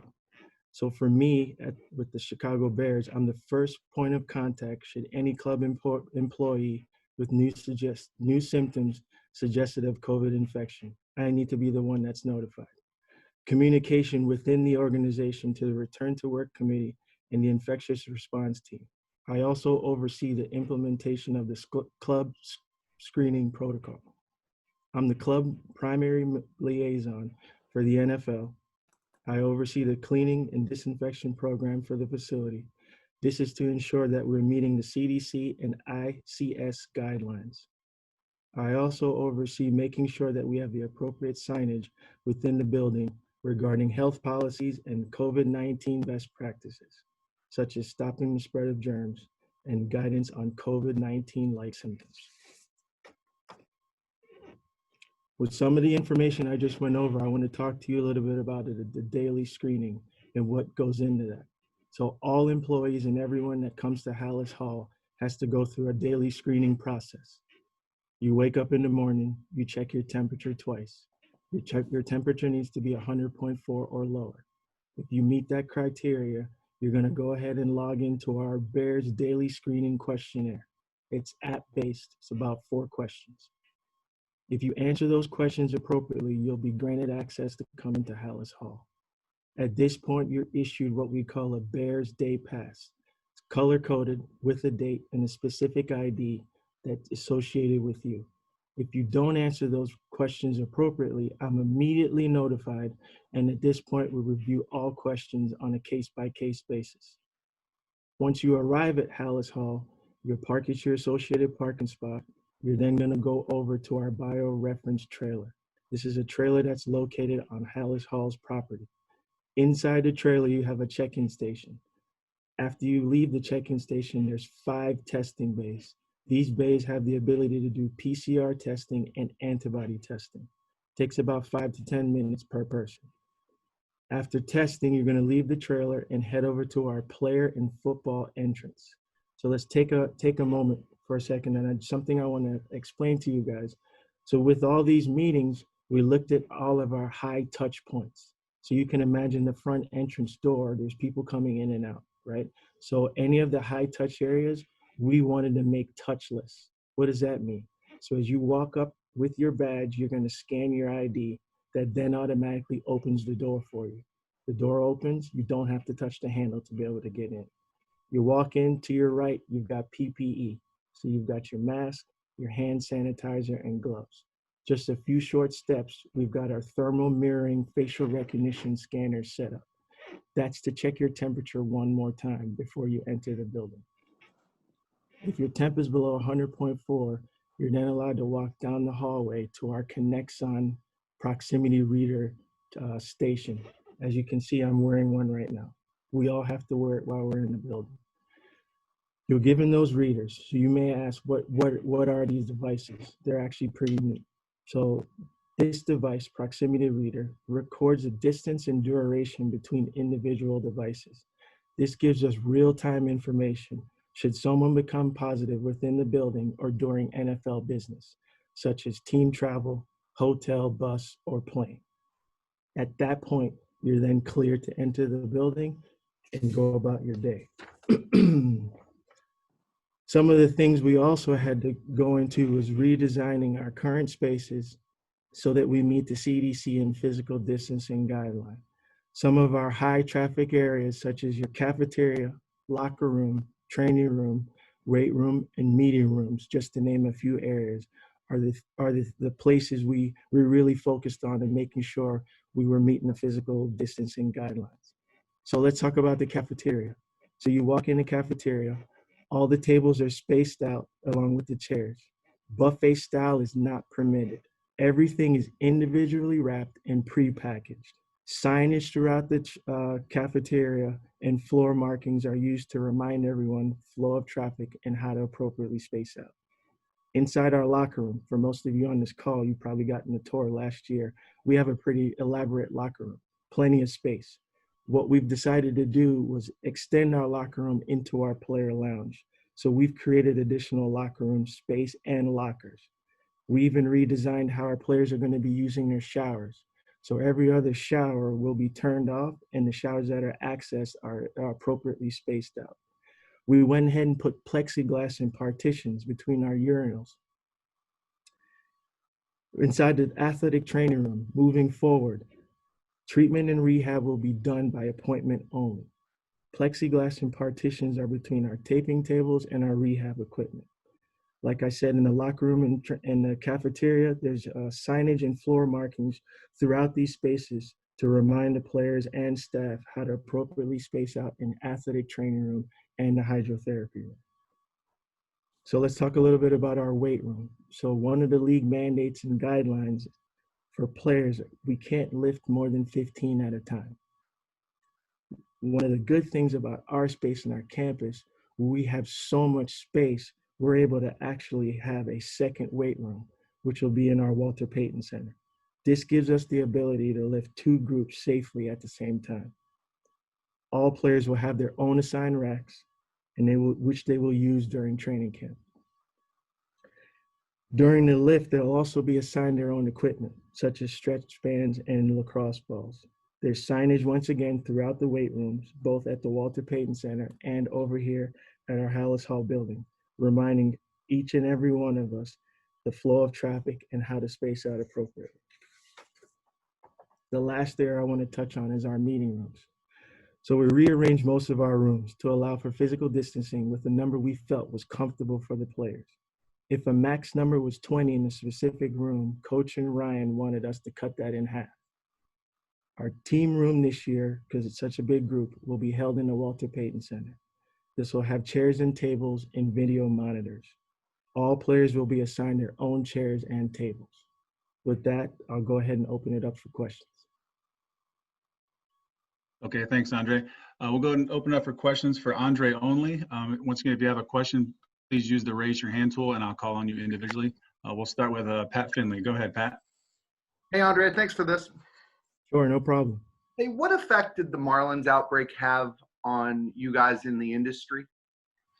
That's actually a good question. So one of the advantages we've had over the last few months, we've been able to watch other leagues. You know, we're all unique in our own ways, and I think we can learn from others' experiences. So I think it's something we as a club and at the league level, we closely watch. Did it scare you? No, didn't scare me at all. Colleen Kane, go ahead. Hey, Andre. I was curious, what are the logistical challenges of housing like rookies and other training camp players that don't have permanent housing in the area yet? What goes into making sure the hotels are safe for them? Sure. Good question, Colleen. So we're actually, for the rookies, they're staying at a hotel not too far from Hallis Hall. We've put plans in place. Things that we've done here at Hallis Hall, we've implemented on all the player floors. So proper signage, educating players on what to do, because part of all this, like Ryan mentioned, the more you can educate everyone, the more they're comfortable with, risk mitigation. So we've done a nice job in educating the groups of players that we've already onboarded into our quote unquote bubble, in helping them feel comfortable staying outside of or being outside of Hallis Hall. Go ahead, Hub. Andre, have any of the players come to you for any kind of guidance or conversation about their decisions, whether to participate or to opt out? No, no one's come to me specifically with those questions. Like with any of my players or any of our players here at the Bears, we're always in constant communication with them. It's not just with COVID, but it's anything related to their health, individually or with their families. So we're always a resource for those guys. Go ahead, Dan. Andre, you obviously stressed the education piece of this puzzle. When you have sort of gotten your arms around this, what have been the keys to you in not only passing along the necessary information so that everyone understands the best practices, but also stressing that shared accountability, that everyone's interactions sort of affect everyone else's in making sure that the whole building can stay safe? Yeah, that's a great question, Dan. So we can eat what we like to do, or what most people do, is you kind of focus on in-house. What we've done with the Bears, it's not just the people that are in the building, it's also their families and people that are going to be involved and around them through the 2020 season, outside of the building. You know, we're planning on addressing this with all players, all staff, anyone involved on the football aspect, along with their families. It's very important from an educational standpoint that you kind of calm down some of the anxieties of the unknown. So I think that's where education is key. The more you know, the more you can make a sound and long-lasting positive decision. It doesn't just affect us in the club; it also affects your family. So that's important that we encompass everybody in this decision, because we need them just as much as they need us. It's a family approach here. We realize it's not just all about us; it's about the people that's around the players and support staff as well. JJ. Andre, what's the chain of command with you as the ICO if you are alerted to a violation of the protocols either inside the building or outside the building? So that's where the return to work committee comes into play, also with Ryan and coach. If there is a violation, we get together and we address it case by case. Steve Leventhal. Yes, Andre, thanks a lot. What protocols or considerations are being taken into account for players that might have come from California or the Southeast, where they're hot zones at the present time?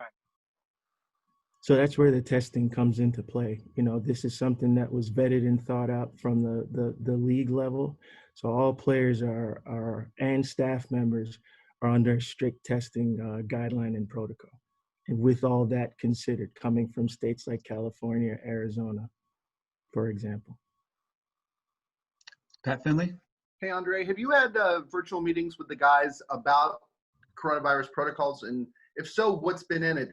Is it more or less what you just told us, or are there other things that you want to get across to them before things get started up here? Sure. So that's also part of the league mandate, is having player virtual meetings along with their families. We're going to do it all together. You know, we think that's important. By separating it, sometimes you get questions or concerns that don't get addressed. So I think if we address it all at once, we have the ability to learn from questions that others may be asking. At times it's hard too. You may want to ask a question that you don't feel is appropriate. We're trying to make this situation as comfortable as possible. For me, the biggest part is education, because the unknown can be scary. Stacey Dales. Hey, Andre, thank you for your time. My question is, what's the protocol or plan in place if a family member, could be a child, could be a spouse, contracts coronavirus? How are you dealing with the player or the personnel member, and sort of what's the procedure moving forward for that individual? So, Stacey, that's another good question. So that also falls into education. Part of it too is planning, right? Some of the things we're going to address is, let's not wait until this affects your family. Planning ahead. What does it look like should a family member in your household becomes positive? Do you have a place in your house where you're able to isolate that individual, whether it's your child or your husband or your wife? And then do you have like a bathroom too? Also, what does it look like for groceries and things of everyday things you may not be able to think of? I think the more we vet that out ahead of time, that will help everybody plan accordingly, and it eases some of that anxiety. But we do have, if someone needs to get tested, that's also been vetted, and we have something in place should a family member become positive or suspected to be positive.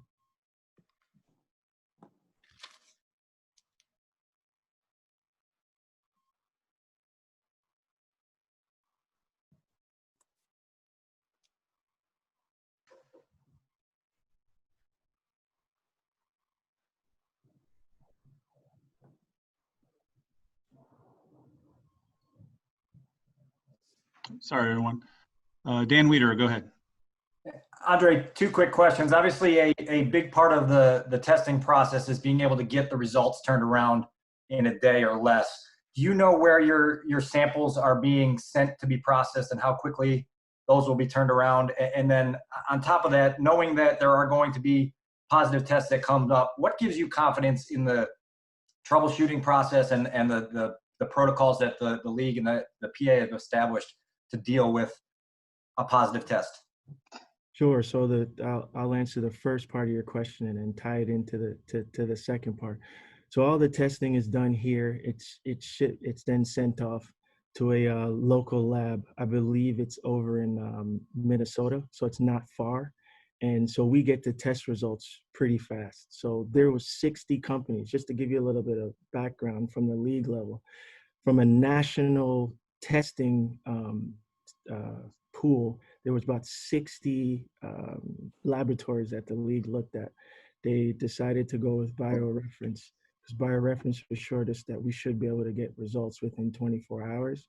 They've done an amazing job up to this point. We're a week in right now of testing. So I'm confident that that we'll get the results that we need to should we have a positive case. And what's amazing and actually been phenomenal so far is that everyone's adapting, right? Like as you go through this, we're making it better each day. Our testing is getting better. The reporting process has gotten better. So I'm pretty confident that we've got a good plan in place, both here with the Bears and at the league level. Andy Seligman, go ahead. Yeah, hi, Andre. You've talked about the adjustments being made at the facility, but what measures, if any, are being taken when the players are on the field out there practicing?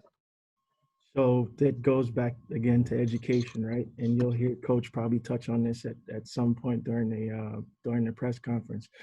Fewer and far, right? So the more we can space out, the more we distance ourselves while outside, and then wearing the appropriate PPE such as masks while we're out during practice is important to us, and it's something that Ryan and Coach have stressed thus far. Colleen, go ahead. Andre, I was wondering what you could tell us about the face shield that players can wear with their helmets this year, and is it being encouraged by the team? Yeah, so that is being encouraged. We're waiting for those to be shipped to us. I've seen it, but it's something that's going to be optional to my knowledge right now. It's not something you can mandate. It'll be a bit of an adjustment because some guys aren't used to wearing it, but they've given them a few options should they decide that they want to wear a face shield while they have their helmet on. Kevin Fishbane, go ahead. Hey, Andre, thank you for doing this. Sure, no Once games begin, obviously a lot of the stuff's out of your hand. Is the hope and understanding that kind of everything you do beforehand gives you at least the confidence that almost everybody out there is negative and is healthy? Yes. So once again, that falls into the comment Ryan mentioned earlier, risk mitigation, right? So I think at this point, we all have to ask ourselves individually and as a group, what can we do to minimize our risks? And once again, I'm confident at the club level and at the league level that we'll have the best plan in place once we start getting ready for games. Okay, we have time for a couple more for Andre. Start with Pat Finley. Go ahead. Hi, Andre. I know the league will have a list of things that they don't want players to do, go into crowded places, things like that. Do you have recommendations for your guys about what they should and shouldn't do? I mean, do you want them going to the grocery store if they can avoid it? Are there other places that you just as soon them not hang out?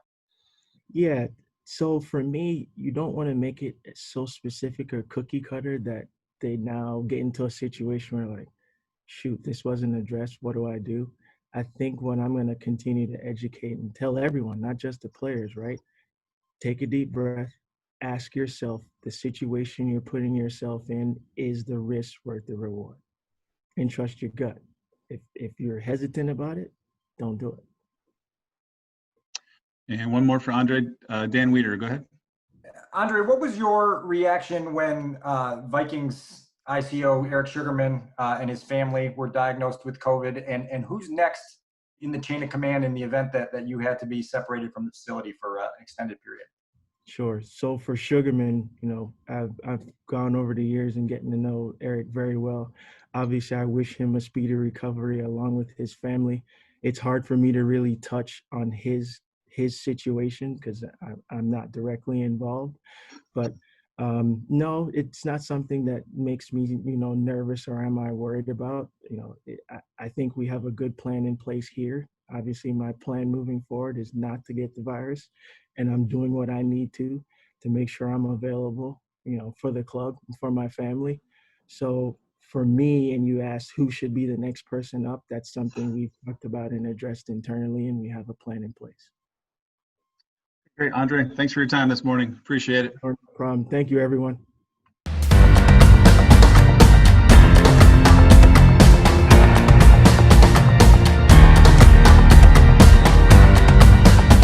He is my man. He's Craig Hodges on our hotline. Craig, how are you? Welcome to the Rewind Sports 60, my man.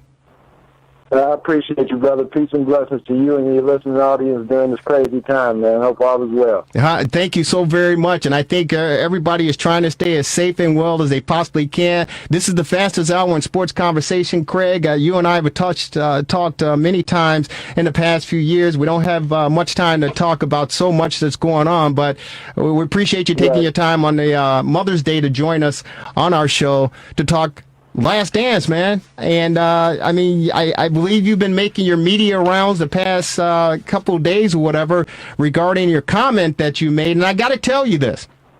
I actually agree with what you said regarding Michael Jordan's comment, I think in episode 3, about the cocaine circus.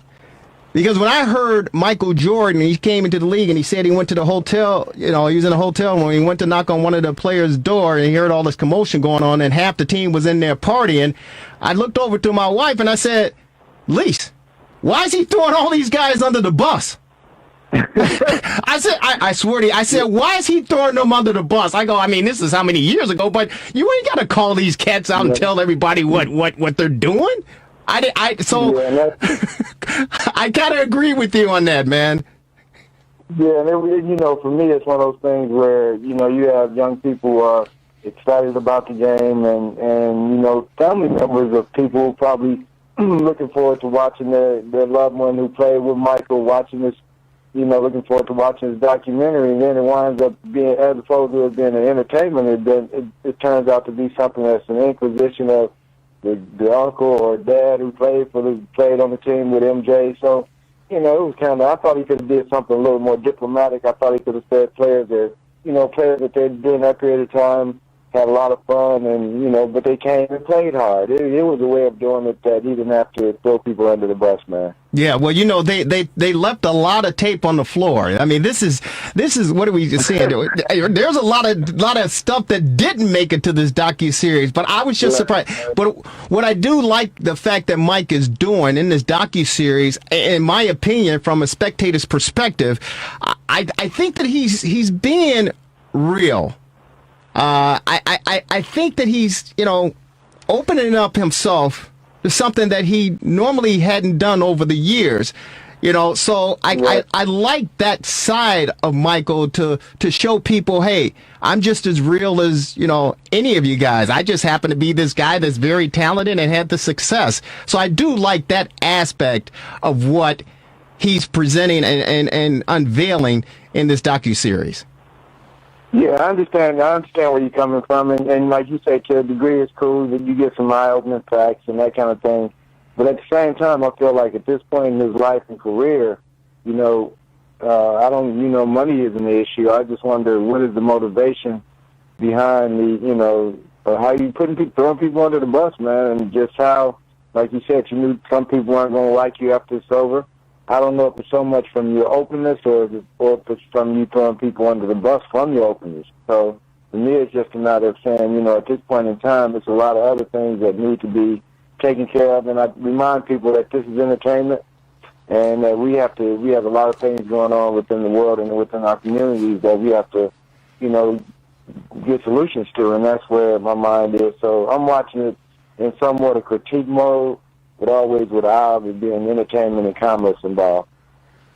Hey, Craig, this is Dan Marver. I'm in the studio with Jerry. How you doing? I'm doing fine. Great. I loved your book, Long Shot, The Triumph and Struggles of an NBA Freedom Fighter. A lot of good stuff in there. Yeah.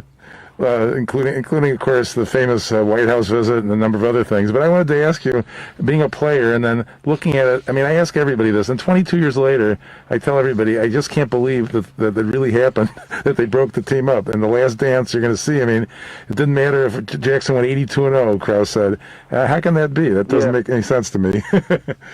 You know, and then for me, you know, the way I'm looking at this thing is, you know, it's dead man tells no tale, man. So when we look at how much he's been put on Jerry Krause as him being, you know, being the person that did or whatever, and, you know, some of that I'm like, how can the general manager outweigh owner? You know, so if the Bulls go 82-0, how could Jerry Riles break it up? That's what I'm looking at more than Jerry Krause. Well, it's interesting because supposedly, allegedly, Jerry said, you know, Jerry Reinsdorf supported Jerry Krause, obviously, and said, you know, most of these players, you know, after winning the title, the second three-peat, were on their last leg. And he felt, you know, that was probably the best time to dismantle and break things up because of the grind over, you know, just winning one championship is a grind in its right. And to come back and win a second three-peat, he felt that most of the players on the team that, you know, they didn't have enough left in the tank. So it wasn't a bad business move to make in breaking up the team.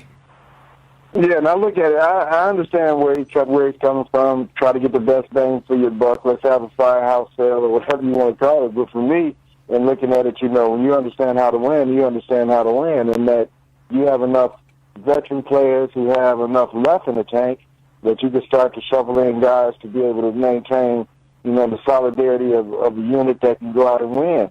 And once again, he rolled the dice, he broke the team up, and haven't won anything since. So it's kudos to breaking up the squad, I guess.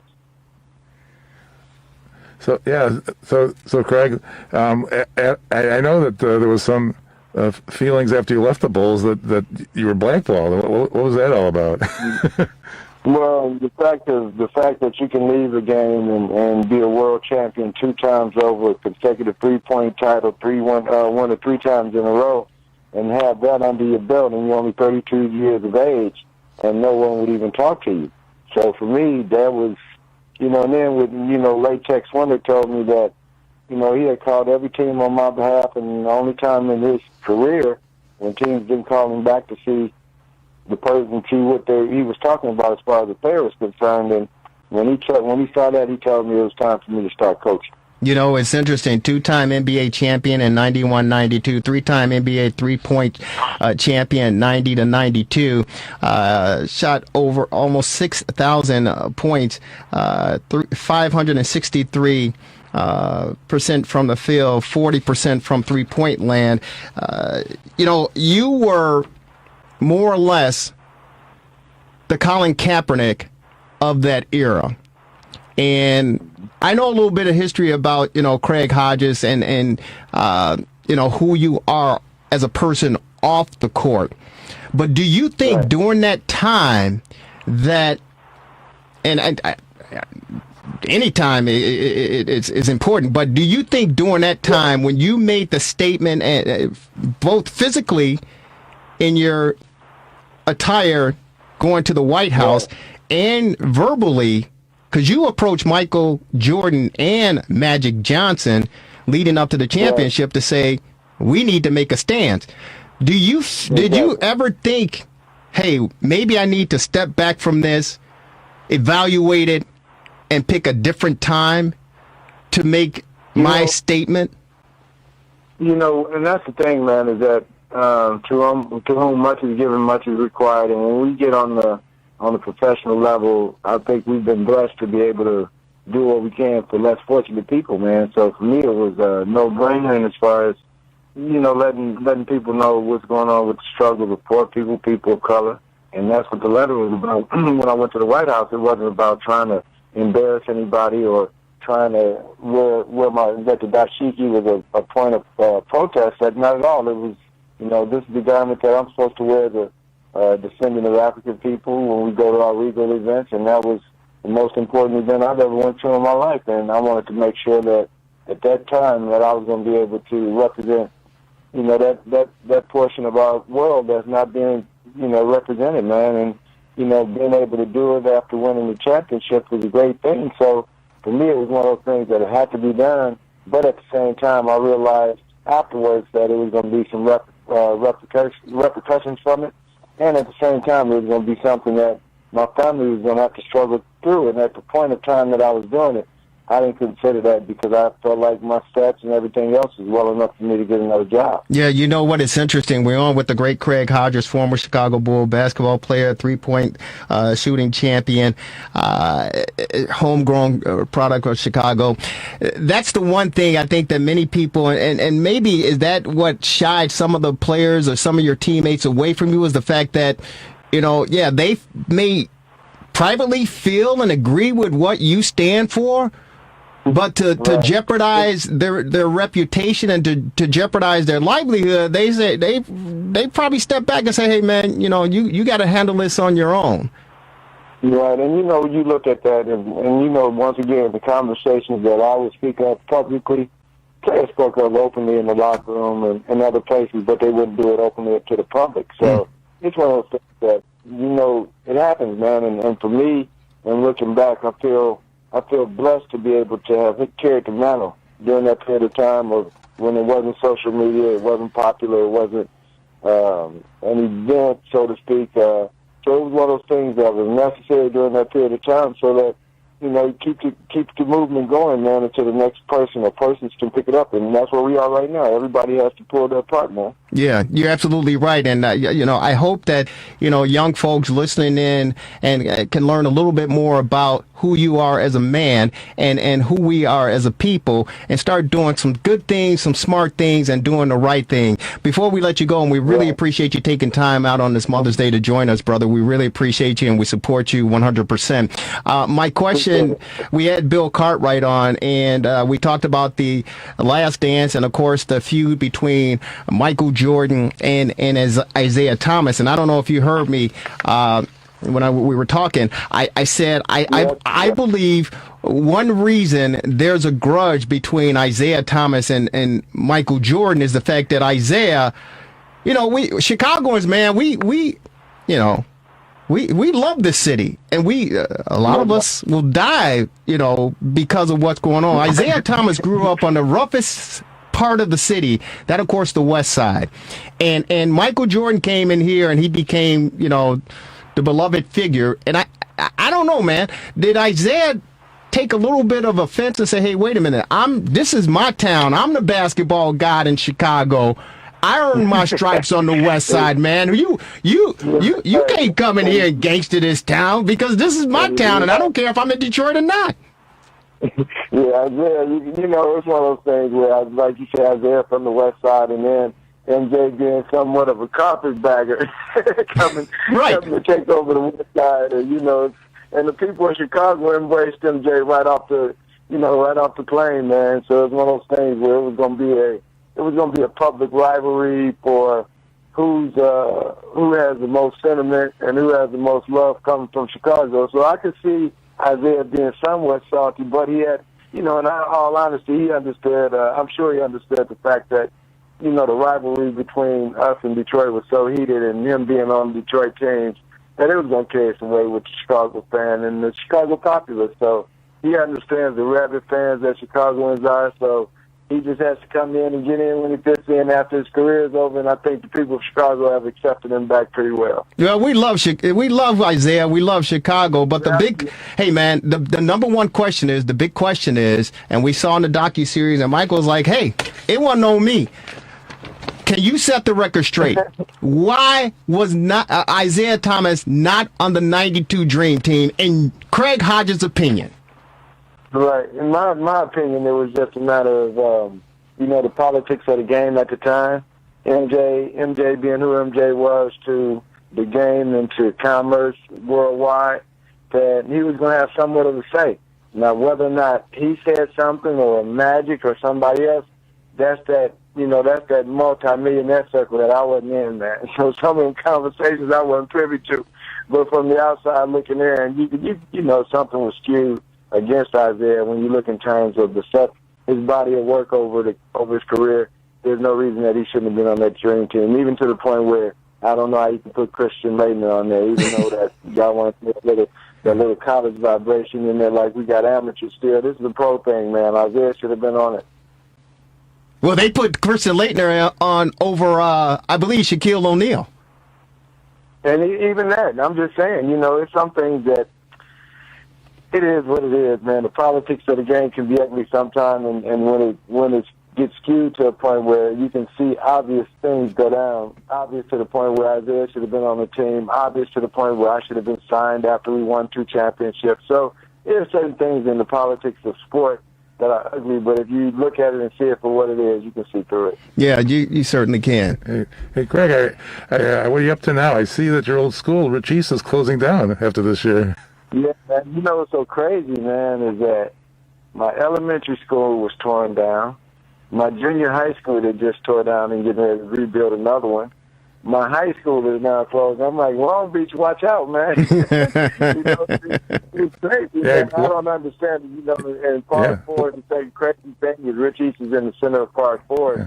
Yeah. And with it being gone, man, it's going to be something to see how, the community really reacts to that, man. Yeah. Long Beach better look out, huh? Yeah, that's what he said. Hey, Craig. It's yes.